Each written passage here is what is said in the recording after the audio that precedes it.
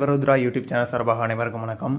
நாம் இன்றைக்கி எதை பற்றி பார்க்க போகிறோம் அப்படின்னா, திருநெல்வேலி மாவட்டத்தில் உள்ள அம்பாசமுத்திரத்திலிருந்து 15 கிலோமீட்டர் தொலைவில் அமைந்திருக்கக்கூடிய மலையாங்குளம் கிராமத்தில் அருள்பாலிக்கின்ற பாடகலிங்க சுவாமி கோவிலினுடைய தல வரலாறை பற்றி தான் பார்க்க போகிறோம்.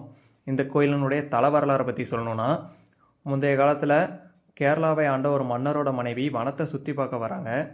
வனத்தை சுற்றி பார்த்து சோர்வுடைய இந்த ராணிக்கு தாகம் எடுக்குது. அப்போது வனத்தில் அவங்க ஒரு அழகான சுனையை காண்கிறாங்க.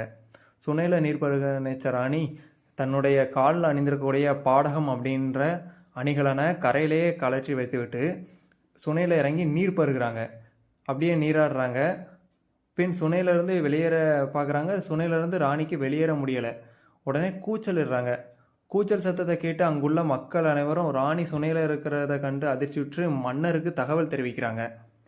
மன்னரும் அங்கே விரைந்து வந்து ராணியை சுனையிலேருந்து வெளியேற்றுறாரு. சுனையிலேருந்து வெளியேறிய ராணிக்கு தன்னோட பாடகத்தை எங்கே அப்படின்னு பார்க்குறாங்க. பாடகம் சற்று தொலைவில் இருக்கக்கூடிய மூங்கில் கன்றில் சிக்கி இருந்தது.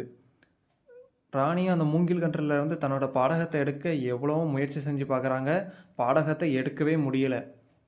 உடனே ராஜா தன்னோட வாளால் மூங்கில் கன்றை வெட்டுறாரு. ராஜா வெட்டிய மறுகணமே மூங்கில் கன்றிலிருந்து இரத்தமாக வழியுது.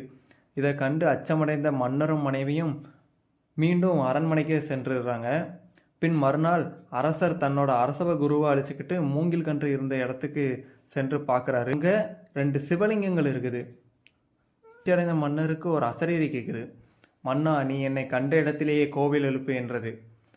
அதன்படியே மன்னரும் அங்கு கோயில் எழுப்புறாரு. பின் மன்னரும் அரசியும் அங்கேயே தங்கியிருந்து சிவதொண்டு செய்து வழிபட்டுட்டு வராங்க. இதனால் மனமகிழ்ந்த சிவபெருமான் அவர்களை தன்னுடனே ஐக்கியமாக்கி கொள்றாரு.